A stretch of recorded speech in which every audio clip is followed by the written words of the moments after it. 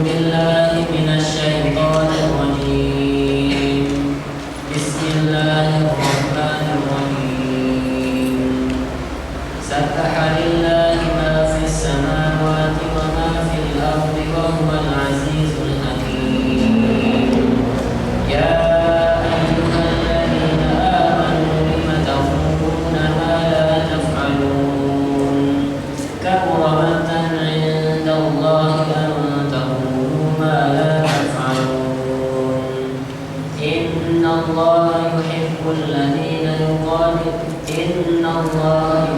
الذين يقاتلون في سبيله صفا كأنهم بنيان مرصوص وإذ قال موسى لقومه يا قوم لم تؤذونني وقد تعلمون أني رسول الله إليكم فلما زاغوا أزاغ الله قلوبهم والله لا يهدي القوم الفاسقين وإذ قال عيسى ابن مريم يا بني إسرائيل إني رسول الله إليكم مصدقا لما بين يدي من التوراة ومبشرا برسول يأتي من بعد اسمه أحمد فلما جاءهم بالبينات قالوا هذا سحر مبين ومن أظلم ممن افترى على الله الكذب وهو يدعى إلى الإسلام والله لا يهدي القوم الظالمين يريدون ليطفئوا نور الله بأفواههم والله متم نوره ولو كره الكافرون هو الذي أرسل رسوله بالهدى ودين الحق ليظهره على الدين كله ولو كره المشركون.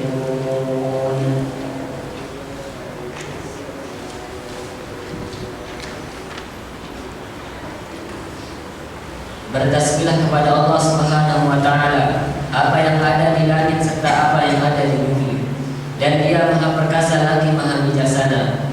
Wahai orang-orang yang beriman, mengapa kalian mengatakan sesuatu yang tidak kalian kerjakan? Sangat besar kebencian di sisi Allah Subhanahu wa taala bahwa kalian mengatakan apa-apa yang tidak kalian kerjakan. Sesungguhnya Allah Subhanahu wa taala menyukai orang yang berperang di jalannya dalam barisan yang teratur. Mereka seakan-akan seperti suatu bangunan yang tersusun kokoh. Ingatlah ketika Nabi Musa alaihissalam berkata kepada kaumnya, wahai kaumku, mengapa kalian menyakitiku, padahal kalian telah mengetahui bahwa sesungguhnya aku adalah utusan Allah Subhanahu wa taala kepada kalian. Maka ketika mereka berbalik dari kebenaran, maka Allah Subhanahu wa taala memalingkan hati mereka, dan Allah Subhanahu wa taala tidak memberi petunjuk kepada kaum yang fasik. Ingatlah ketika Isa alaihissalam bin Maryam alaihissalam berkata, wahai Bani Israel, sesungguhnya aku adalah utusan Allah Subhanahu wa taala kepada kalian yang membenarkan kitab sebelumku, yaitu Taurat, dan aku memberi kabar gembira dengan seorang Rasul yang akan datang setelahku, yang namanya Ahmad, Muhammad sallallahu alaihi wasallam. Ketika Rasul tersebut datang kepada mereka dengan membawa bukti-bukti yang nyata, mereka berkata, ini adalah sihir yang nyata. Siapakah yang lebih zalim daripada orang yang mengadakan kedustaan atas nama Allah Subhanahu wa taala? Padahal ia diajak kepada Islam, dan Allah Subhanahu wa taala tidak memberi petunjuk kepada orang-orang yang zalim. Mereka ingin memadamkan cahaya Allah Subhanahu wa taala dengan mulut-mulut mereka, tetapi Allah Subhanahu wa taala justru menyempurnakan cahayanya meskipun orang-orang kafir membencinya. Dialah yang mengutus Rasulnya dengan membawa petunjuk dan agama yang benar untuk memenangkannya di atas semua agama, meskipun orang musyrik membencinya.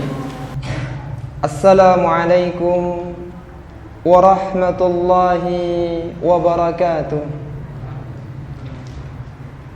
Innal hamdalillah nahmaduhu wa nasta'inuhu wa nastaghfiruh ونعوذ بالله من شرور أنفسنا ومن سيئات أعمالنا من يهده الله فلا مضل له ومن يضلل فلا هادي له وأشهد أن لا إله إلا الله وحده لا شريك له وأشهد أن محمدا عبده ورسوله يا أيها الذين آمنوا اتقوا الله حق تقاته ولا تموتن إلا وأنتم مسلمون يا أيها الناس اتقوا ربكم الذي خلقكم من نفس واحدة وخلق منها زوجها وبث منهما رجالا كثيرا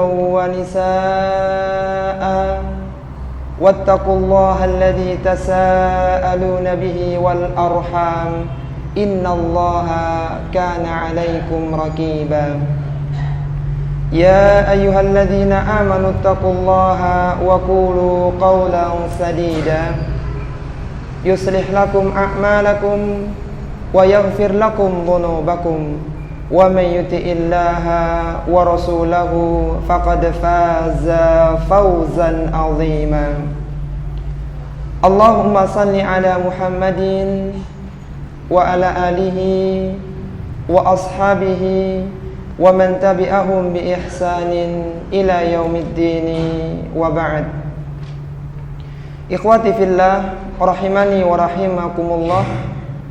Alhamdulillah, kita bersyukur kepada Allah Subhanahu wa taala yang mana diringankan langkah kaki kita untuk menuju majelis-majelis ilmu, terutama majelis tafsir Al-Qur'anul Karim.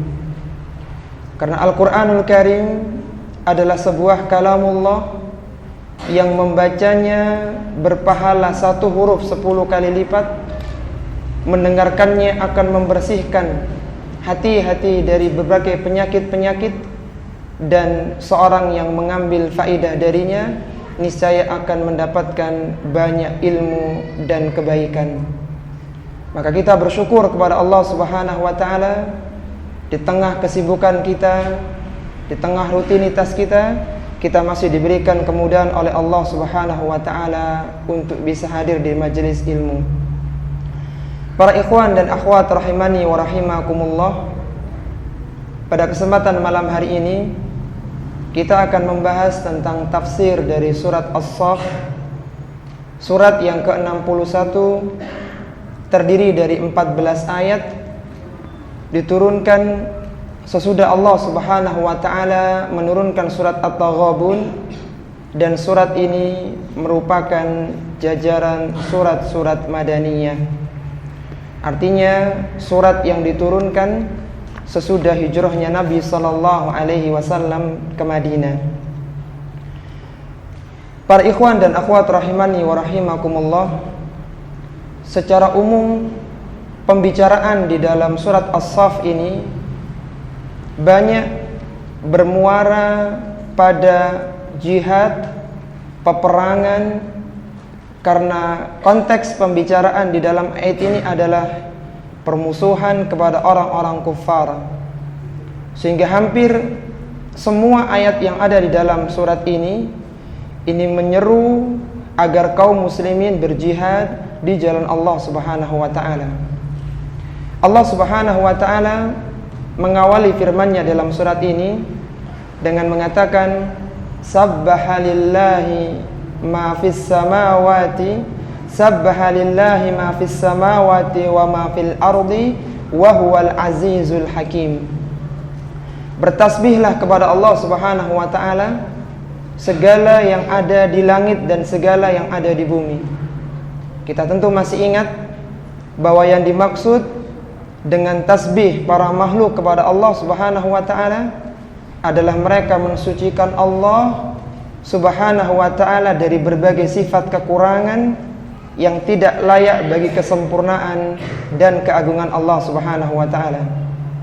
Dan semuanya bertasbih, baik yang ada di langit, para malaikat, yang ada di bumi, manusia, bebatuan, bahkan bumi itu sendiri. Wa huwal azizul hakim, dan Dia adalah zat yang maha perkasa dan lagi maha bijaksana. Kemudian Allah Subhanahu wa taala menyeru kepada orang-orang yang beriman agar konsisten terhadap apa yang diucapkan. Allah berfirman, "Ya ayyuhalladzina amanu," wahai orang-orang yang beriman, "lima taquluna ma la taf'alun," mengapa kalian mengatakan sesuatu yang tidak kalian kerjakan? Jumhur para ahli tafsir menyebutkan tentang sababun nuzul ayat ini, bahwa ayat ini turun berkenaan dengan perkataan beberapa orang di kalangan para sahabat yang mereka mengatakan, seandainya kami diberitahu, ditunjukkan tentang amalan yang utama, niscaya kami akan mengamalkannya. Sehingga turunlah waktu itu perintah untuk berjihad, dan sebagian fasir menjelaskan tentang perang Uhud. Tetapi sebagian dari orang yang mengatakan itu tidak berangkat untuk berjihad. Disebutkan oleh para mufassir, mereka adalah beberapa golongan dari orang-orang munafikin. Kabura maqtan indallahi an taqulu ma la taf'alun. Sungguh sangat besar kebencian Allah Subhanahu wa taala kepada orang yang mereka mengatakan sesuatu tetapi mereka tidak melakukannya. Dia sudah memiliki keinginan kuat untuk melakukan perkara kebaikan tetapi tidak direalisasikan. Sehingga kata ulama-ulama kita bahwasanya ayat yang mulia ini menjadi penguat tentang pengingkaran terhadap orang-orang yang perbuatannya menyelisih perkataannya. Ayat ini meskipun turun berkaitan dengan orang-orang yang meninggalkan jihad, yang mereka memimpikan ditunjukkan amalan yang utama, tetapi ketika turun syariat untuk berperang mereka tidak berangkat.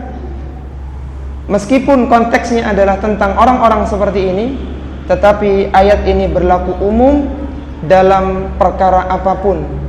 Sebagaimana kaidah yang kita tahu dalam ulumul Quran, al-ibratu bi'umumil lafzi la bikhususis sababi.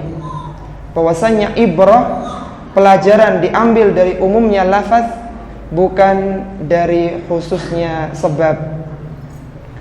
Kemudian Allah Subhanahu wa taala menyebutkan tentang bagaimana seharusnya seorang muslim, seorang mukmin ketika berjihad, ketika berperang di jalan Allah Subhanahu wa taala. Tentunya jihad dalam arti yang benar, yang syar'i. Allah Subhanahu wa taala menyebutkan, "Innallaha yuhibbul ladzina yuqatiluna fi sabilihi shaffa."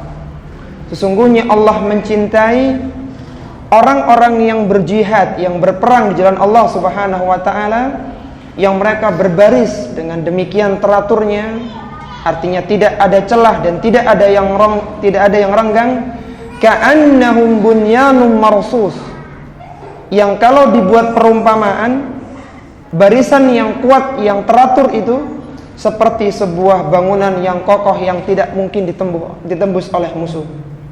Jadi seharusnya pasukan kaum muslimin ketika berjihad, ketika berperang, maka dari barisnya saja, kalaulah dilihat oleh orang-orang kufar, maka mereka sudah gentar.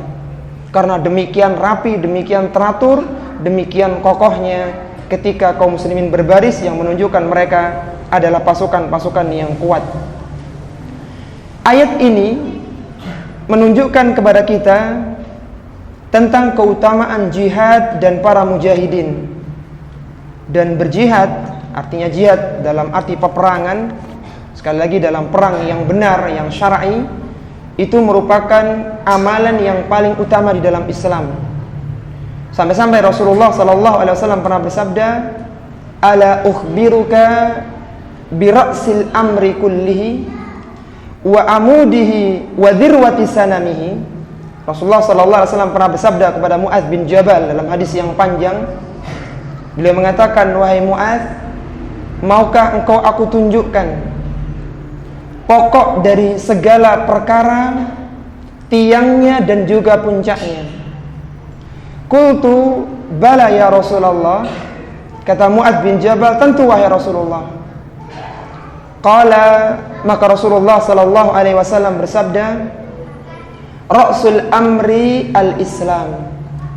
Pokok dari segala urusan adalah Islam. Karena Islam akan mengatur segala urusan manusia, dari mulai buang hajat, dari mulai perkara-perkara sederhana sampai perkara jihad diatur dalam Islam. Wa amuduhu as-salah, dan tiang dari agama Islam itu adalah salat. Wa dzirwatu sanamihi al-jihad, sedangkan puncaknya, artinya amalan yang paling utama, yang paling besar pahalanya dalam Islam adalah berjihad, berperang di jalan Allah Subhanahu wa taala. Ayat dan hadis-hadis ini menunjukkan keutamaan para mujahidin yang berperang di jalan Allah Subhanahu wa taala. Kemudian Allah Subhanahu wa taala mengingatkan bagaimana gangguan yang dilakukan oleh kaum-kaum sebelumnya terhadap para nabi-nabi mereka, sehingga kalaulah Rasulullah sallallahu alaihi wasallam dan para sahabatnya diganggu oleh kaumnya sampai adanya keputusan untuk melakukan peperangan, ternyata gangguan itu juga terjadi pada umat-umat sebelumnya. Gangguan tersebut juga dilakukan oleh umat-umat sebelum Rasulullah Muhammad sallallahu alaihi wasallam. Di antaranya adalah apa yang menimpa kepada Nabi Musa dan Nabi Isa alaihi salatu wassalam. Allah Subhanahu wa taala menyebutkan pada ayat berikutnya, ayat yang kelima, "Wa idz qala Musa liqaumihi ya qaumi lima tu'dhunani wa qad ta'lamuna anni rasulullah ilaikum." Ingatlah wahai Rasulullah Muhammad sallallahu alaihi wasallam ketika Musa berkata kepada kaumnya. Siapa kaumnya Nabi Musa ini? Bani Israel. Bani Israel kaumnya Nabi Musa. Ingatlah ketika Nabi Musa mengatakan kepada kaumnya, apa yang disampaikan oleh Nabi Musa? Beliau mengatakan, "Ya qaumi lima tu'dhunani." Wahai kaumku, mengapa kalian menyakitiku? Mengapa kalian menggangguku dan memberikan ucapan-ucapan yang buruk kepadaku? Wa qad ta'lamuna anni rasulullah ilaikum. Sedangkan kalian tahu bahwasannya aku adalah utusan Allah untuk kalian. Disebutkan oleh para mufassir-mufassir kita, apa yang dimaksud dengan gangguan Bani Israel kepada Nabi Musa alaihi salatu wassalam. Gangguan Bani Israel kepada Nabi Musa ini mencakup baik itu berupa perkataan maupun perbuatan mereka. Jadi Bani Israel senantiasa mengganggu Nabi Musa dalam ucapan dan perbuatannya. Dan di antara ucapan Bani Israel yang menyakiti Nabi Musa alaihissalatu wassalam adalah tuduhan mereka kepada Nabi Musa alaihissalatu wassalam bahwasanya Nabi Musa adalah orang yang berpenyakit adar. Adar itu kalau kita terjemahkan, mohon maaf, artinya adalah orang yang buah pelirnya itu bengkak, jadi besar buah pelirnya.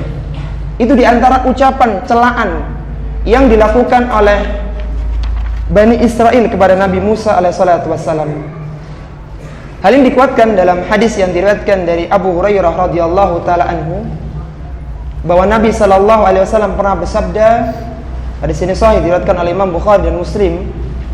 Kata Nabi sallallahu alaihi wasallam, "Kanat Banu Israila yaghtasiluna uratan." Orang-orang Bani Israel memiliki kebiasaan, ya. Di antara fungsi kana yakunu, ada kanat kata Rasulullah pada hadis itu adalah untuk lil istimrar, perbuatan yang kontinu, yang terus menerus. Sehingga terjemahannya, kanat Banu Israel yaghtasiluna uratan, orang-orang Bani Israel terbiasa mereka mandi dengan telanjang bulat. Yanzuruna ba'dhum ila ba'din, mereka saling melihat aurat satu kepada aurat yang lainnya. Wa kana Musa yaghtasilu wahidahu. Adapun Nabi Musa alaihissalatu wassalam, beliau kalau mandi sendirian, tidak bergabung di pemandian-pemandian umum seperti itu. Faqalu, maka orang-orang Bani Israel membuat sebuah celaan kepada Nabi Musa alaihissalatu wassalam dengan mengatakan, wallahi ma yamna'u Musa an yaghtasila ma'ana illa anahu adarun. Kata orang-orang Bani Israel, mereka menggunjing Nabi Musa yang tidak ikut mandi bersama, bahwasanya demi Allah tidak ada yang menghalangi Musa alaihi salatu wassalam untuk mandi bersama kita illa anahu adarun, kecuali dia memiliki penyakit adar. Adar maksudnya adalah seorang yang buah pelirnya itu bengkak membesar. Fadhahaba marrah, maka jalanlah peristiwa sampai datang suatu ketika yaghtasilu, Nabi Musa ini mandi. Fawadha'a thawbahu ala hajarin, maka diletakkanlah pakaiannya di atas sebuah batu. Fafarral hajaru bi thawbihi, maka tiba-tiba batu itu dia berjalan, batu ini membawa lari bajunya Nabi Musa alaihissalatu wassalam. Kok bisa? Ya bisa. Jadi di sini sahih, di sini lihat Bukhari dan Muslim. Kita sebagai muslim harus yakin pada hadis ini. Artinya batu itu berjalan membawa pergi pakaiannya Nabi Musa alaihissalatu wassalam. Fa kharaja Musa fi itharihi, maka keluar Nabi Musa ini mengejar batu tersebut. Yaqulu, dia mengatakan, thawbi ya hajar, pakaianku wahai batu, pakaianku wahai batu. Nabi Musa pakai baju apa tidak ketika teriak-teriak begini? Tidak pakai baju. Jadi dia teriak, thawbi ya hajar, pakaianku wahai batu, pakaianku wahai batu.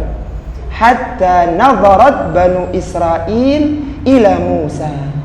Jadi karena teriak-teriak, maka Bani Israel yang sedang mandi juga ikut melihat. Ternyata Nabi Musa tidak pakai baju, ngejar batu. Faqalu, ketika melihat, mohon maaf, kemaluannya Nabi Musa, orang-orang Bani Israel mengatakan, wallahi ma bi Musa min ba'sin. Ternyata nggak ada apa-apanya. Jadi ternyata tuduhan adar itu salah. Wa akhadha thawbahu, maka Nabi Musa mengejar sampai didapatkan pakaiannya. Fatafaqa bil hajari darban, dipukul batu itu sampai hancur, sampai remuk karena marahnya Nabi Musa, malunya Nabi Musa karena telanjang dan dilihat oleh banyak Bani Israel. Apa kata Abu Hurairah, perawi hadis ini? Dia mengatakan, faqala Abu Hurairah, wallahi innahu lanadabal bil hajar sittatan aw sab'an darban bil hajar. Jadi saking marahnya dipukul dengan tangan itu, batu itu sampai Nabi Musa terluka antara 6 sampai 7 luka hanya untuk menghancurkan batu itu. Jadi untuk menunjukkan marahnya Nabi Musa karena ditelanjangi oleh batu tersebut. Ini hadis yang menguatkan bahwa di antara celaan yang diberikan kepada Nabi Musa apa di antaranya? Tuduhan Bani Israel bahwasanya Nabi Musa apa? Berpenyakit adar. Kemudian Allah Subhanahu wa taala menyebutkan, falamma zaghu, ketika orang-orang Bani Israel dan manusia secara umum dia berpaling dari petunjuk Nabi Musa alaihissalatu wassalam. Kalau pada zaman kita berarti petunjuk Nabi sallallahu alaihi wasallam, azaghallahu qulubahum, maka Allah akan palingkan hati mereka dari petunjuk. Wallahu la yahdil qaumal fasiqin, dan Allah tidak memberikan petunjuk kepada orang-orang yang fasik. Apa kata Syekh Abdurrahman bin Nasir As-Sa'di ketika menafsirkan ayat ini pada ayat yang berbunyi falamma zaghu azaghallahu qulubahum, ketika mereka berpaling dari petunjuk maka Allah palingkan mereka dari hidayah. Kata Syekh As-Sa'di rahimahullahu taala dalam Taisir Karimir Rahmannya, beliau mengatakan wa hadhil ayatul karimatu, ayat yang mulia ini tafidu anna idlalallahi li ibadihi laisa zulman minhu. Ayat yang mulia ini menjadi dalil bahwasannya kesesatan yang Allah telah tetapkan kepada para hambanya laisa zulman minhu, bukanlah kezaliman Allah Subhanahu wa taala atas hambanya. Wala hujjata lahum alaihi, dan mereka tidak punya hujjah di hadapan Allah. wa innama dzalika bisababin minhum, dan itu semua karena ulah perbuatan mereka sendiri. Bagaimana bisa ketika orang-orang itu berpaling dari kebenaran maka Allah palingkan? Dikatakan ini bukan kezaliman Allah. Jadi yang menjadikan zalim itu bukanlah sebab Allah Subhanahu wa taala, tapi sebab mereka sendiri. Kenapa demikian? Kata Syekh rahimahullah taala, fa innahumul ladzi aghlaqu ala anfusihim babal huda ba'dama arafuhu. Perhatikan, karena mereka yang berpaling dari kebenaran, mereka telah menutup diri-diri mereka dari pintu-pintu hidayah setelah mereka mengetahuinya. Jadi ketika orang berpaling dari kebaikan, tahu Al-Quran, tahu sunnah, tahu pengajian dan kebaikan-kebaikan yang lain, kemudian ditinggalkan, seandainya dia tersesat, itu bukan salah Allah Subhanahu wa ta'ala, tapi dia sendiri yang menjauh dari kebenaran sehingga Allah palingkan hatinya kepada kesesatan. Fayujazihim ba'da dzalika, maka Allah memberikan balasan setelah mereka berpaling dengan kebenaran itu, bil idlali wazayhil ladzi la hilata lahum fi daf'ihi wa taqlibil qulubi.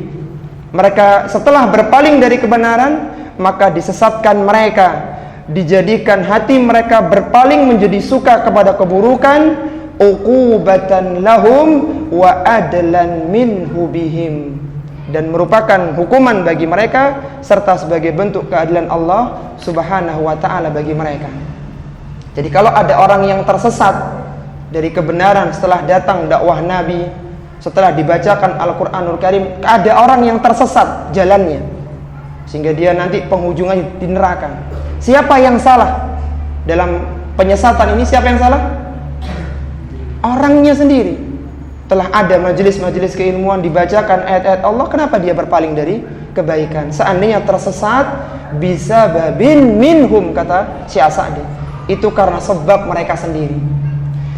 Kemudian Allah Subhanahu wa taala menyebutkan tentang Nabi Isa alaihissalatu wassalam, wa idz qala Isa bin Maryam, dan ingatlah pula ketika Nabi Isa bin Maryam berkata kepada kaumnya, ya bani Israel, inni rasulullah ilaikum, sesungguhnya aku, wahai bani Israel, adalah utusan Allah bagi kalian, musaddiqan lima baina yadayya minat Taurah, aku membenarkan kitab sebelumku, yaitu kitab Taurat miliknya Nabi Musa alaihissalatu wassalam. Yang dimaksud dengan membenarkan di sini, bahwa di dalam kitab Taurat sudah ada ciri-ciri Nabi setelah Nabi Musa. Disebutkan ciri-ciri sifat-sifatnya Nabi Isa alaihissalatu wassalam, sehingga ketika Nabi Isa muncul, diutus, maka seolah-olah cocok seperti yang ada di dalam Taurat. Sehingga dikatakan, aku ini musaddiqa, pembenar apa yang ada di dalam Taurat. Artinya sifat-sifatku sudah disebutkan di dalam Taurat. Ketika aku muncul, maka terbukti apa yang benar dikatakan dalam Taurat itu. Kemudian Allah Subhanahu wa taala berfirman menyebutkan perkataan Nabi Isa, wa mubasysyiran bi rasul, dan disebutkan pula oleh para ulama ya tentang musaddiqa, itu bahwasanya syariat Nabi Isa ini tidak banyak perubahan baru. Jadi kebanyakan syariatnya orang Nasrani ini mengadopsi dari kitab Taurat. Jadi hampir-hampir tidak ada syariat baru dalam kitab Injil itu, kecuali hanya menyempurnakan beberapa bagian saja. Sehingga kalau diperbandingkan antara Yahudi dengan Nasrani, maka yang paling pintar tentang kitab Samawi adalah orang-orang Yahudi. Kenapa? Karena kitab Injil ini hanya menyempurnakan saja, tidak banyak merubah dari isi kitab Taurat. Sehingga kebanyakan orang Nasrani, maka mereka akan berguru kepada orang-orang Yahudi, karena secara kitab mereka lebih dulu memahaminya. Wa mubasysyiran bi rasuli ya'ti min ba'di ismuhu Ahmad, dan aku akan memberikan kabar gembira kepada kalian dengan nabi setelahku yang namanya adalah Ahmad. Rasulullah sallallahu alaihi wasallam ini memiliki banyak nama. Sampai-sampai disebutkan beliau sallallahu alaihi wasallam memiliki 5 nama. Disebutkan dalam hadis yang diriwayatkan oleh Bukhari dan Muslim dari sahabat yang mulia Jubair bin Mut'im radhiyallahu taala anhu. Rasulullah sallallahu alaihi wasallam bersabda, "Li khamsatu asma'i." Aku memiliki 5 nama. Coba diingat-ingat. Ini nama Nabi kita ini. Kata Rasulullah, "Ana Muhammadun." Namaku Muhammad. 1. Wa ana Ahmadu. Namaku juga Ahmad. Ahmad artinya orang yang terpuji. Muhammad artinya orang yang dipuji. Wa ana Al-Mahi. Yang ketiga adalah Al-Mahi, nama Rasulullah. Alladhi yamhullahu bi al-kufra. Al-Mahi artinya yang menghapus. Maksudnya Al-Mahi adalah Allah Subhanahu wa taala menghapuskan kekufuran melalui aku. Jadi Al-Mahi maksudnya penghapus. Apa yang dihapus oleh Rasulullah? Kekufuran. Kata Rasulullah, yamhullahu bi al-kufra. Yang keempat, wa anal hashir. Nama Rasulullah yang keempat adalah al-hashir, penggiring. Alladzi yuhsyarun nasu ala qadami, yaitu aku akan menggiring manusia di bawah telapak kakiku. Jadi manusia akan berkumpul di bawah komandonya Rasulullah Muhammad sallallahu alaihi wasallam. Wa anal aqib, dan yang kelima namaku adalah al-aqib. Coba kita urutkan. Nama Rasulullah ada 5. Yang pertama siapa? Muhammad sallallahu alaihi wasallam. Yang kedua Ahmad, seperti yang disebutkan di dalam ayat ini. Yang ketiga Al-Mahi. Apa artinya Al-Mahi? Menghapus kekufuran. Yang keempat Al-Hashir. Apa artinya? Penggiring. Maksudnya apa? Menggiring manusia pada hari kiamat di bawah telapak Nabi sallallahu alaihi wasallam. Dan yang kelima Al-Aqib. Itu nama-nama Rasulullah sallallahu alaihi wasallam. Sehingga tepat saja ketika dikatakan Rasulullah sebagai seorang yang bernama Muhammad, Al-Mahi, Ahmad, itu juga benar sebagaimana beliau sallallahu alaihi wasallam menyebutkannya. Falamma ja'ahum bil bayyinat, ketika Nabi yang dikabarkan oleh Nabi Isa itu Nabi Muhammad sallallahu alaihi wasallam benar-benar datang dengan bukti yang nyata, dengan tanda-tanda yang disebutkan di dalam Injil, qalu hadza sihrun mubin. Maka mereka mengatakan ini adalah sihir yang nyata. Jadi bukti yang dibawa oleh Rasulullah diantaranya adalah Al-Quranul Karim dan dikatakan sebagai sihir. Kemudian yang berikutnya para ikhwan rahimani wa rahimakumullah, Allah Subhanahu wa taala berfirman, "Wa man azlamu mimman iftara 'ala Allahil kadhiba." Dan siapakah orang yang azlam, yang lebih zalim dibandingkan dengan orang yang membuat kedustaan kepada Allah Subhanahu wa taala. Kedustaan yang dimaksud di sini adalah kedustaan berbuat kesyirikan kepada Allah Subhanahu wa taala. Jadi zalim yang dimaksud adalah kezaliman besar berupa kesyirikan kepada Allah Subhanahu wa taala. Kata Allah, siapakah orang yang lebih zalim daripada orang yang berbuat kesyirikan? Dia berdusta kepada atas nama Allah Subhanahu wa taala. Wa huwa yud'a ilal Islam, sedangkan dia diseru, diajak kepada agama Islam yang memurnikan ibadah hanya kepada Allah saja. Wallahu la yahdil qaumadz zalimin, dan Allah tidak memberikan petunjuk kepada orang-orang yang zalim yang berbuat kekufuran dan kesyirikan. Yuriduna liyutfi'u nurallahi bi afwahihim. Mereka ingin memadamkan cahaya Allah. Al-Imam Al-Qurtubi dalam kitabnya Al-Jami' li Ahkamil Quran menyebutkan tentang 5 pendapat ulama tentang nur Allah di dalam ayat ini. Disebutkan dalam ayat ini, yuriduna liyutfi'u nurallah. Mereka ingin memadamkan cahaya Allah. Yutfi'u itu secara bahasa artinya meniup. Jadi mereka ingin memadamkan, mematikan, meniup cahaya Allah Subhanahu wa taala. Apa maksudnya? Ada 5 tafsirannya, tetapi yang dominan dari 5 itu ada 3. Jadi tafsiran nurullah ada 3.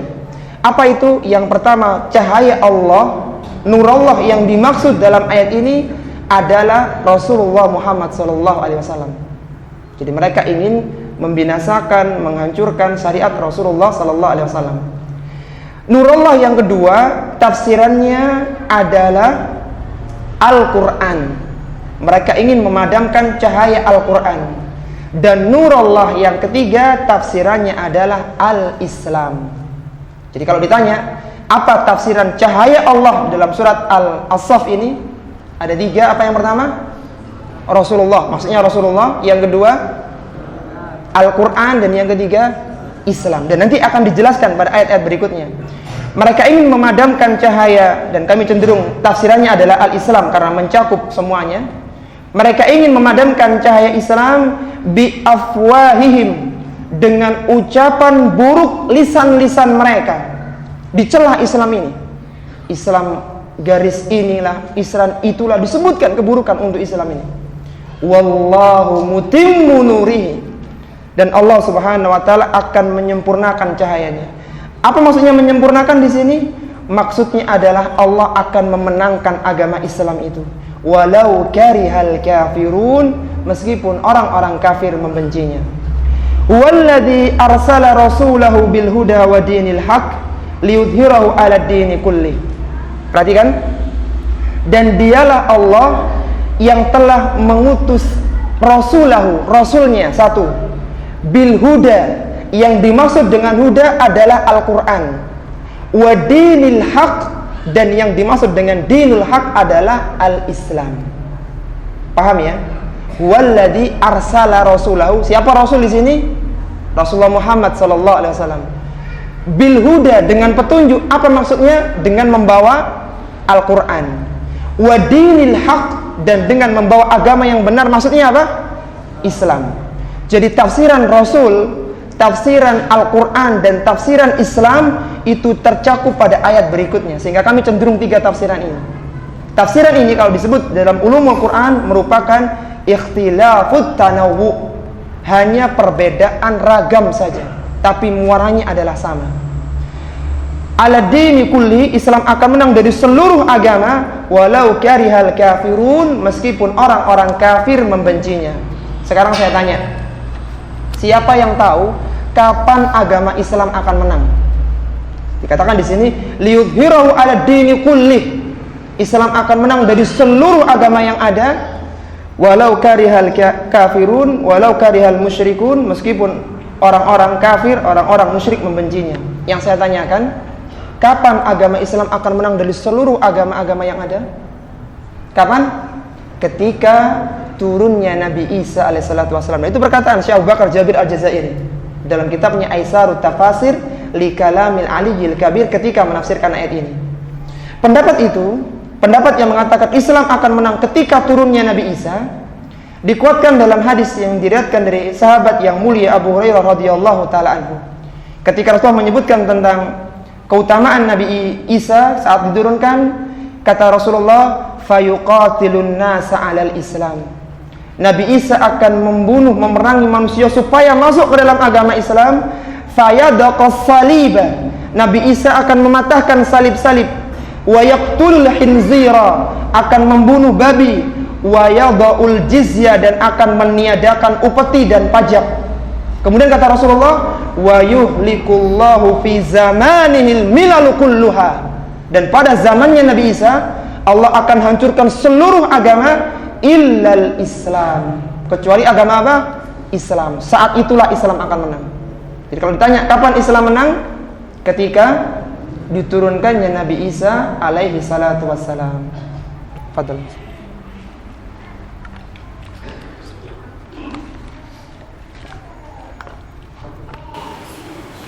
A'udzu billahi minasy syaithanir rajim. Ya ayyuhalladzina amanu hal adullukum ala tijaratin tunjikum min 'adzabin alim. Tu'minuna billahi wa rasulihi wa tujahiduna fi sabilillahi bi amwalikum wa anfusikum. Dzalikum khairul lakum in kuntum ta'lamun. Yaghfir جنات تجري من تحتها الأنهار ومساكن طيبة في جنات عدن ذلك الفوز العظيم وأخرى تحبونها نصر من الله وفتح قريب وبشر المؤمنين. Wahai orang-orang yang beriman, maukah kalian aku tunjukkan suatu perniagaan yang dapat menyelamatkan kalian dari siksaan yang pedih, yaitu kalian beriman kepada Allah Subhanahu wa taala dan Rasul-Nya, serta berjihad di jalan Allah Subhanahu wa taala dengan harta dan jiwa kalian. Yang demikian itu lebih baik bagi kalian jika kalian mengetahui. Niscaya Allah Subhanahu wa taala akan mengampuni dosa-dosa kalian dan memasukkan kalian ke dalam surga yang mengalir di bawahnya sungai-sungai, dan memasukkan kalian ke tempat tinggal yang baik di dalam surga Aden. Itulah keberuntungan yang besar. Dan karunia yang lain yang kalian cintai yaitu pertolongan dari Allah Subhanahu wa taala dan kemenangan yang dekat waktunya. Sampaikanlah berita gembira kepada orang-orang yang beriman. Pada ayat yang ke-10 sampai ayat yang ke-13 ini, Allah Subhanahu wa taala menyebutkan tawaran tentang perniagaan, perdagangan yang sangat menguntungkan. Allah sebutkan, hal adullukum ala tijaratin, maukah aku tunjukkan kalian kepada tijarah, perdagangan, perniagaan yang keuntungannya tunjikum min adzabin alim, yang keuntungannya adalah kalian akan selamat dari adab yang pedih. Ayat ini ditafsirkan dengan dua ayat berikutnya, 2 atau 3 ayat berikutnya. Apa itu perdagangan yang menguntungkan di sini? Tu'minuna billahi wa rasulihi. Yang pertama modalnya adalah kalian beriman kepada Allah dan Rasulnya, wa tujahiduna fi sabilillah bi amwalikum wa anfusikum. Dan modal kalian yang berikutnya adalah kalian berjihad di jalan Allah Subhanahu wa taala. Jadi 2 modal yang diperlukan untuk mendapatkan perniagaan yang menguntungkan. Yang pertama adalah iman, dan yang kedua adalah berjihad dalam arti peperangan. Dzalikum khairul lakum in kuntum ta'lamun. Yang demikian itu lebih baik bagi kalian daripada perniagaan dunia jika kalian mengetahuinya. Apa yang akan kita dapatkan ketika kita berangkat berjihad? Yaghfir lakum dzunubakum. Yang pertama akan diampuni dosa-dosa kalian. Wa yudkhilkum jannat. Kalian akan dimasukkan ke dalam sungai, ke dalam surga yang mengalir sungai-sungai di dalamnya. Dan di sana ada tempat tinggal yang sangat indah bagi kalian. Wa ukhra tuhibbunaha nasrum minallahi wa fathun qarib. Serta yang lainnya, ketika kalian berjihad, niscaya akan diberikan kepada kalian kemenangan yang dekat. Kemenangan yang dekat maksudnya adalah ditaklukkannya kota Makkah, terjadi penaklukan Persia dan juga Romawi. Wa basyiril mu'minin, dan berikanlah kabar gembira kepada orang-orang yang beriman. Kalau kita sederhanakan 3 ayat ini atau 4 ayat ini menyebutkan tentang keutamaan iman dan juga berjihad. Keutamaan tentang iman dan juga jihad. Iman ini merupakan sebab seseorang mendapatkan surga Allah Subhanahu wa taala. Kemudian jihad merupakan sebab seseorang ditinggikan derajatnya oleh Allah Subhanahu wa taala. Jadi sekali lagi, beriman menjadikan sebab seorang mendapatkan surga Allah, sedangkan jihad menjadikan sebab ditinggikannya derajat seorang di hadapan Allah Subhanahu wa taala di surga. Kita tutup sesi pertama ini ya dengan bacakan sebuah hadis yang sangat indah yang diriwayatkan dari sahabat yang mulia Abu Sa'id Al-Khudri radhiyallahu taala anhu. Hadis ini sahih diriwayatkan oleh Imam Muslim dalam sahihnya. Rasulullah sallallahu alaihi wasallam pernah bersabda. Beliau mengatakan, "Ya Aba Sa'idin, wahai Abu Sa'id, man radiya billahi rabban wa bil islami dinan wa bi Muhammadin nabiyyan wajabat lahul jannah." Kata Nabi sallallahu alaihi wasallam, wahai Abu Sa'id Al-Khudri, man radiya billahi rabban, barang siapa yang seorang ridho Allah sebagai Rabbnya, dia tidak perlu mencari Tuhan-Tuhan yang lain, dia cukupkan Allah sebagai Rabbnya. Wabil islami dinan, dia bangga Islam sebagai agamanya sehingga dia berharap mati di atas agama Islam itu. Wabi Muhammadin nabiyan, dan dia ridho Muhammad sallallahu alaihi wasallam sebagai nabinya. Apa pahala bagi orang seperti ini? Kata Nabi, wajabat lahul jannah, maka pasti orang ini akan masuk ke dalam surga. Apa kata Abu Sa'id Al-Khudri? Fa'ajibalaha Abu Sa'idin. Mendengar hadis yang mulia ini, Abu Sa'id sangat takjub, sangat terheran-heran. Faqala, dia mengatakan, a'idha alayya ya Rasulullah. Coba ulangi lagi wahai Rasulullah hadis tadi itu. Apa tadi hadisnya? Barang siapa yang ridho Allah sebagai Rabbnya. Yang kedua, Islam sebagai agamanya. Yang ketiga, Muhammad sebagai nabinya. Apa pahalanya?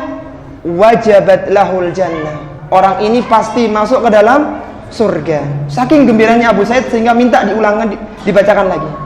Kemudian ketika melihat Abu Sa'id senang dengan hadis ini, Rasulullah mengatakan, wa ukhra yurfa'u bihal abdu mi'ata darajatin fil jannah.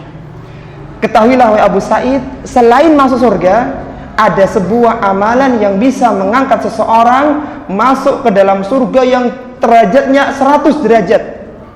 Ma baina kulli darajataini kama baina sama'i wal ard. Yang jaraknya 1 derajat saja seperti langit dan bumi. Ini 100 orang ini, di tingkat 100. Apa kata Abu Sa'id? Wa ma hiya ya Rasulullah? Amalan apa itu wahai Rasulullah yang bisa memasukkan orang ke dalam surga dan meninggikan derajatnya? Qala al-jihadu fi sabilillah, al-jihadu fi sabilillah. Amalan itu adalah jihad, berperang di jalan Allah dan berjihad di jalan Allah Subhanahu wa taala.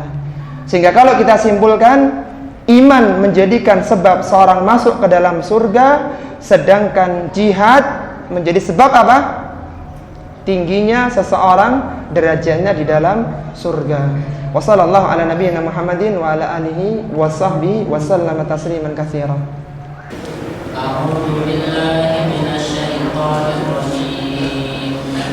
Ya ayyuhalladzina amanu ansarullahi kama qala Isa ibn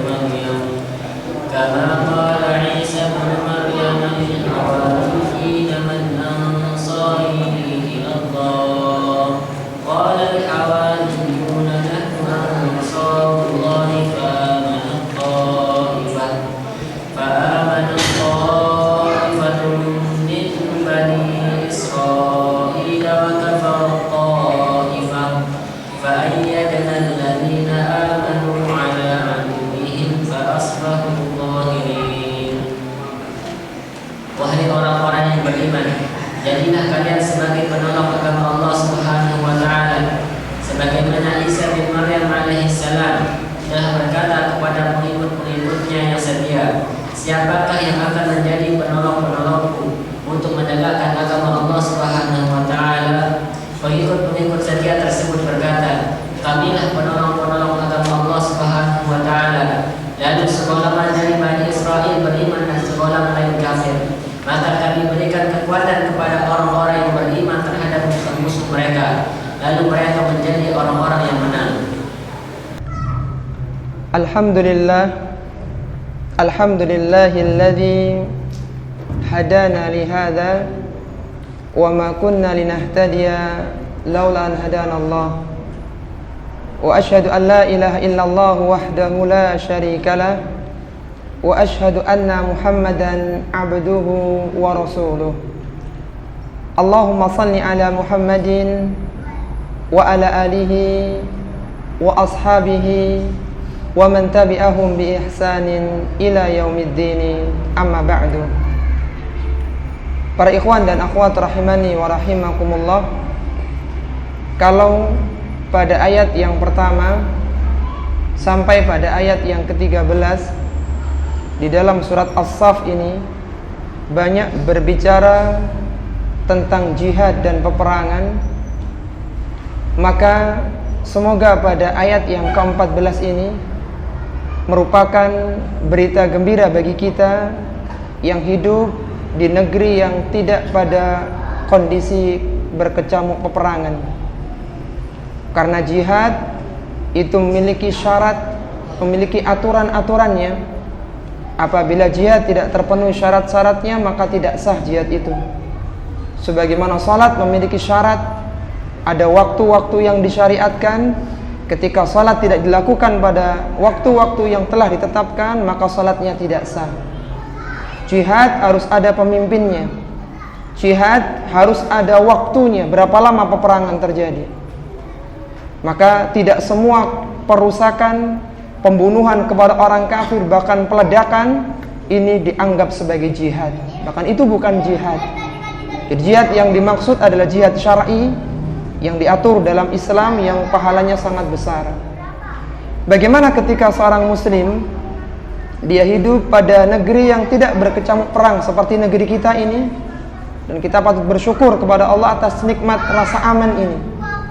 Karena nikmat rasa aman merupakan sepertiga dari seluruh kenikmatan dunia. Bagaimana sikap kita? Semoga ayat terakhir di surat As-Saff ini akan memantik motivasi kita untuk bisa ikut andil di dalam menolong agama Allah Subhanahu wa ta'ala. Allah Subhanahu wa ta'ala menyeru, ya ayyuhalladzina amanu, wahai orang-orang yang beriman, kunu ansarallah, jadilah kalian semua sebagai penolong Allah Subhanahu wa ta'ala. Apa yang dimaksud dengan penolong Allah dalam ayat ini? Maksudnya adalah jadilah kalian sebagai penolong agama Allah Subhanahu wa ta'ala, sebagai penolong syiar dari syariat Allah Subhanahu wa ta'ala. Dengan apa kita menolong agama Allah? Dengan ucapan kita, dengan perbuatan kita, dengan harta kita, bahkan dengan jiwa kita. Jadi usahakan tertanam pada diri seorang muslim dan muslimah, dia harus ingin ikut andil dalam penyebaran agama Allah, dalam dakwah Islam ini.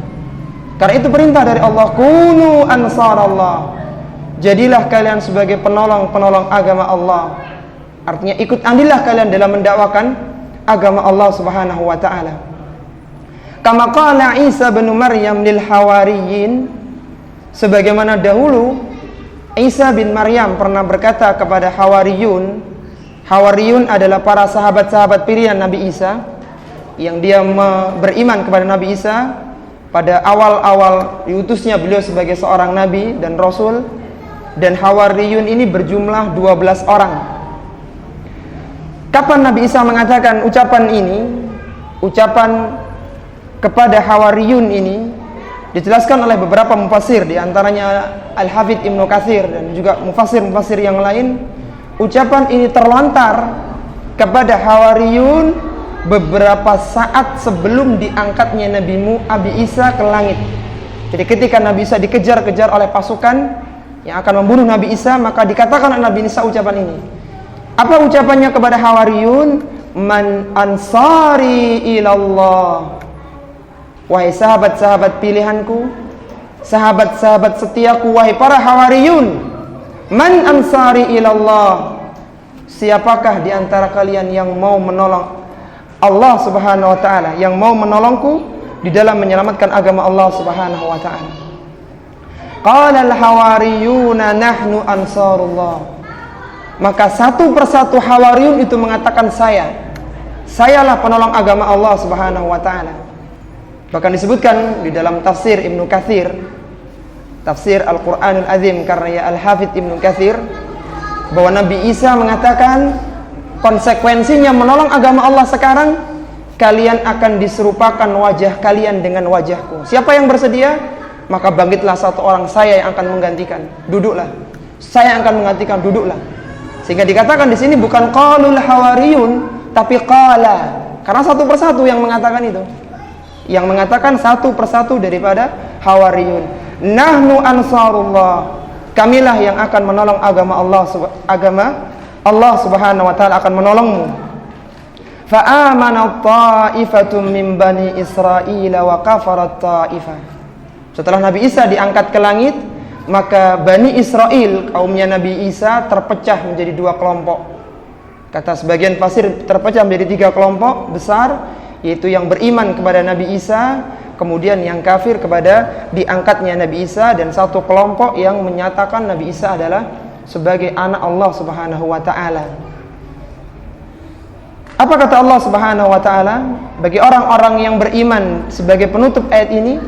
Allah mengatakan fa ayyadana alladziina amanu ala aduwwihim fa asbahu zahirin. Maka ketika ada orang-orang yang menolong agama Allah, maka Allah Subhanahu wa taala akan menjadikan orang-orang yang beriman diberikan pertolongan dengan dimenangkan mereka dari kelompok-kelompok yang ada. Dan kita harus yakin para ikhwan rahimani wa rahimakumullah, seburuk apapun umat Muhammad sallallahu alaihi wasallam, artinya penyimpangan sejauh apapun umat Muhammad, pasti ada kelompok yang berpegang teguh dalam kebenaran. Pasti ada. Jadi kelebihan umat Muhammad tidak dijadikan semuanya tersesat. Pasti ada kelompok yang masih murni beragama sebagaimana agamanya Nabi Muhammad sallallahu alaihi wasallam. Kata Nabi sallallahu alaihi wasallam, dan kelompok inilah yang akan menang. Kata beliau, la tazulu nasun min ummati zahirina. Akan senantiasa ada segolongan dari umatku yang dia menampakkan agamanya, yang dia menunjukkan kebenaran agamanya, hatta ya'tiyahum amrullahi, sampai datang keputusan Allah hari kiamat, wahum zahirun, dan ketika itu merekalah yang menang di atas golongan-golongan yang ada. Jadi kita harus yakin Allah Subhanahu wa taala tidak menjadikan kaum muslimin di dalam kesesatan semuanya. Kalaulah Nabi Isa memiliki hawariyun dengan 12 orang sahabat-sahabatnya, maka Rasulullah sallallahu alaihi wasallam memiliki seorang hawari yang sangat setia. Siapa itu? Beliau mengatakan, inna likulli nabiyyin hawariyan. Sesungguhnya setiap nabi itu memiliki hawari, memiliki teman-teman setia. Wa inna hawari Zubair. Sedangkan hawariku adalah Zubair bin Awam radhiyallahu taala anhu. Di sini disahihkan oleh Syekh Al-Albani dalam Sahihul Jami'-nya. Jadi pelindung Nabi adalah Zubair bin Awam radhiyallahu taala anhu. Maka para ikhwan rahimani wa rahimakumullah, sebagai penutup dan sekaligus wasiat buat kita semuanya, hendaknya kita berpikir bagaimana kita ikut andil dalam dakwah Islam ini. Sebagaimana kita telah mendapatkan hidayah melalui orang lain, maka setelah kita tahu hidayah Islam, kita harus berusaha untuk memberikan hidayah kepada orang lain. Sebagaimana kita tahu kebenaran ini melalui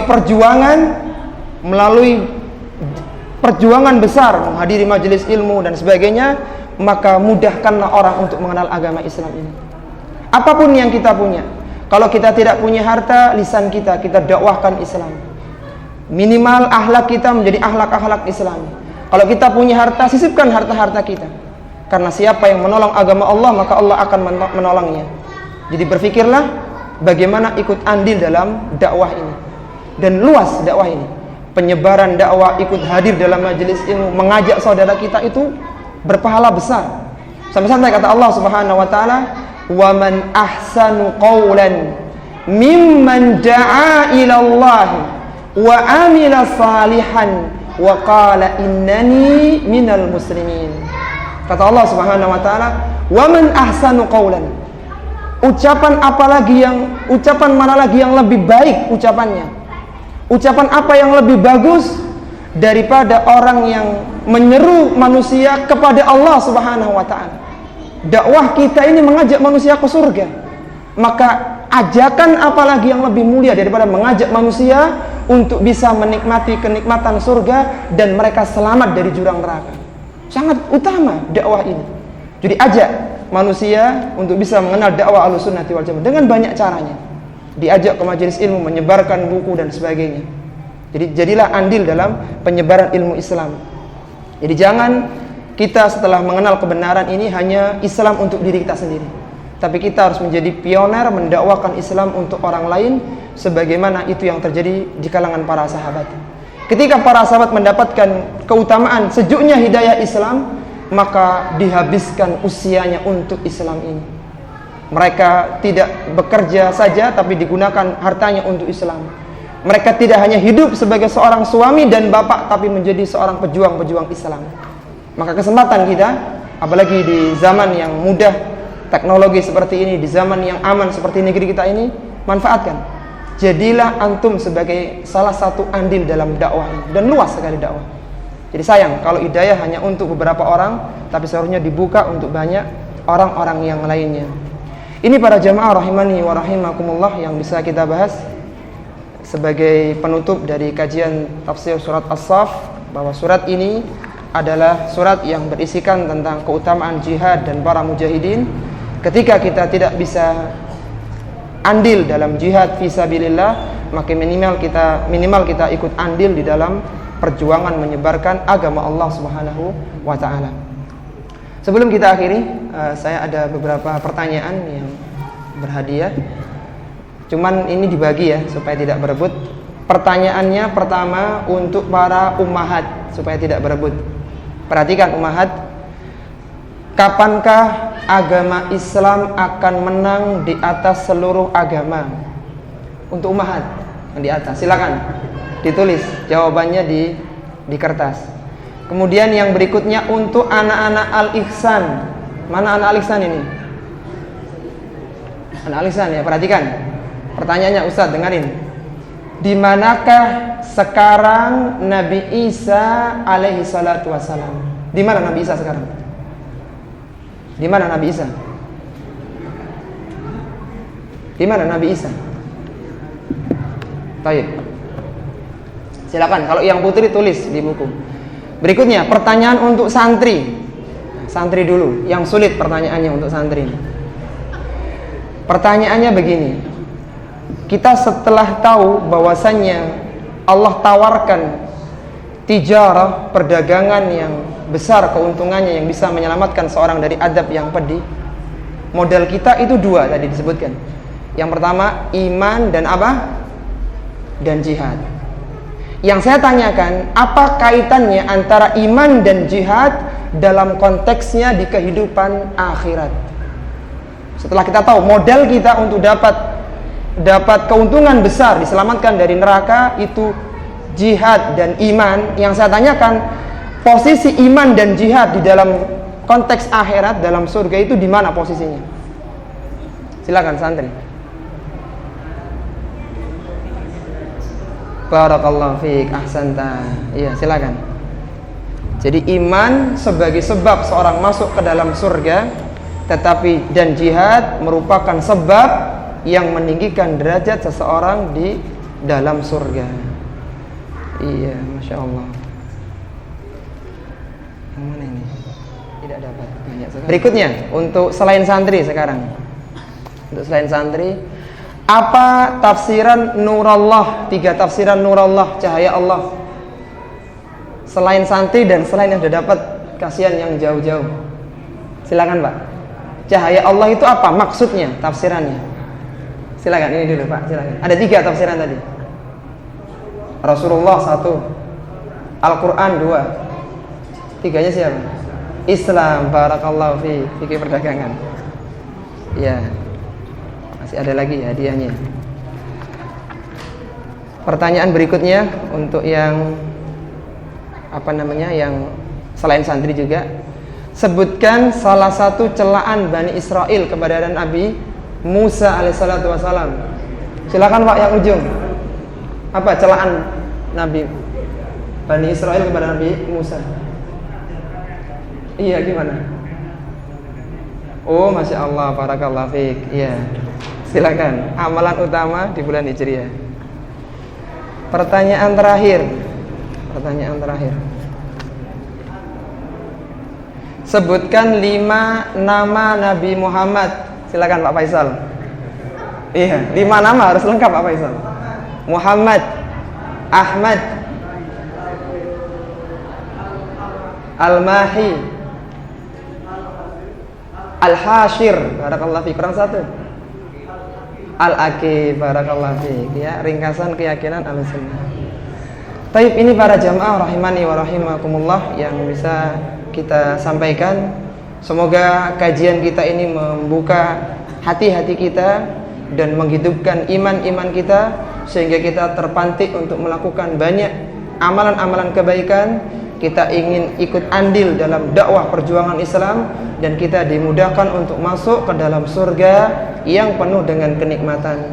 Kita akhiri wa sallallahu ala nabiyyina Muhammadin wa ala alihi wa sahbihi wa sallam.